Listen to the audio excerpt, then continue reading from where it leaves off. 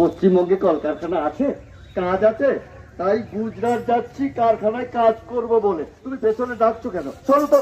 যান যান যান। আরে ও কাকু, কোথায় যাচ্ছ? আমি নাগপুর যাচ্ছি গো, নাগপুর। কেন? নাগপুরে গিয়ে টোটো অটো চালাবো। আরে টোটো অটো তো এখানেই চালাতে পারো।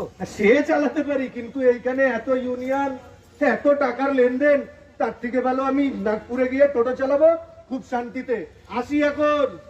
কি অবস্থা, সামান্য টোটো রিক্সা চালাতে যেতে হচ্ছে নাগপুর।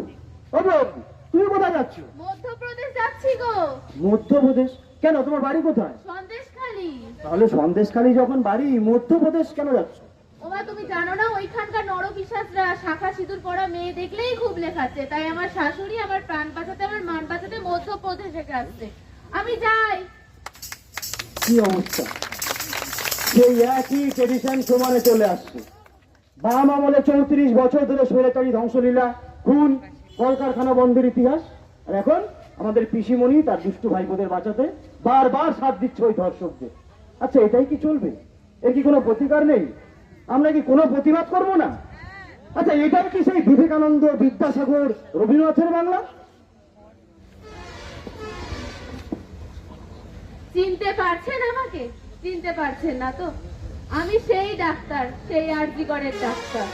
জানেন, ওই নরপিশাচরা আমাদেরকে খুব লেখেছিল, নিজেদেরকে বাঁচানোর অনেক চেষ্টা করেছিলাম, কিন্তু পারিনি। তাই দেখবেন আপনাদের ঘরের মা বোনদের আমাদের মতন অবস্থা যেন না হয়, তার দায়িত্ব আপনাদের নিতে হবে। আপনারা আমাদের হয়ে প্রতিশোধ নেবেন না? নেবেন না প্রতিশোধ? আরে সামনে তোমাকে ঠিক 12:30টার সময় রাত্রির বেলা নদীর ধারে ডেকেছে, বুঝেছো? তাড়াতাড়ি চলে যেও। ও মানে ঘরে আছো নাকি?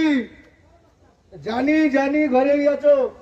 শোনো, শাহজাহান না তোমাকে ঠিক রাত 1টা নাগাদ ভেরির ধারে ডেকেছে, আর তুমি ওই কিসব বানাও, তোমার পুলি পিঠে, দুধ পুলি ওইসব নিয়ে রাত্রির বেলা সান্দার সাথে দেখা করো। হ্যাঁ, চললাম। জাগো দুর্গা, জাগো রণচণ্ডী, জাগো মা কালী, জাগো দশপ্রহরণধারিণী। এই অত্যাচারী নরপিশাচগুলোর হাত থেকে আমাদের মা বোনেদের মুক্তি চাই, আর তার জন্য প্রয়োজনে হাতে তুলে নিতে হবে অস্ত্র, আর সেই জন্য সবাইকে একসাথে এগিয়ে আসতে হবে। এগিয়ে এসো তোমরা, এগিয়ে এসো। এই অত্যাচারী নরপিশাচগুলোর হাত থেকে